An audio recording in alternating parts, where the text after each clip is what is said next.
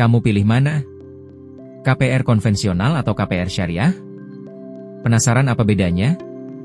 Yuk, kita bahas bedanya. Perbedaan KPR syariah dan konvensional. Secara garis besar, KPR konvensional merupakan pembiayaan yang dikeluarkan oleh bank pada umumnya dan nasabah akan membayarkan sejumlah cicilan kepada bank. Sedangkan KPR syariah merupakan pembiayaan yang dikeluarkan oleh bank syariah dan dijalankan sesuai hukum syariah Islam. Berikut adalah 5 perbedaan KPR syariah dan KPR konvensional yang perlu Anda ketahui. Pada KPR konvensional, suku bunga yang diterapkan adalah floating rate. Karena menggunakan floating rate, bunga yang dibebankan pada nasabah tidak tetap dan disesuaikan dengan suku bunga yang acuan Bank Indonesia. Pada KPR syariah, suku bunga yang digunakan adalah fixed rate. Nasabah akan dibebankan biaya yang tetap pada tiap bulannya sesuai dengan kesepakatan di awal. Kedua, jumlah angsuran per bulan.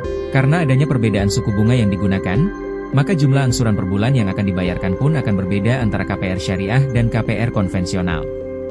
Pada KPR konvensional, jumlah angsuran tiap bulannya belum tentu sama karena adanya kemungkinan perubahan suku bunga.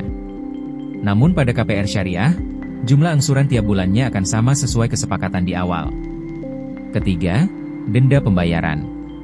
Perbedaan selanjutnya terletak pada denda pembayaran. Apabila Anda terlambat membayar cicilan dari waktu yang telah ditentukan, maka pada sistem KPR konvensional, Anda akan dikenakan denda sesuai kebijakan bank. Pada KPR syariah, tidak ada denda yang dikenakan apabila terjadi keterlambatan karena mengikuti hukum syariah Islam. Perbedaan keempat terletak pada jangka waktu. Pada KPR konvensional, jangka waktu cicilan yang lebih lama dengan bunga floating rate akan relatif lebih menguntungkan bagi bank.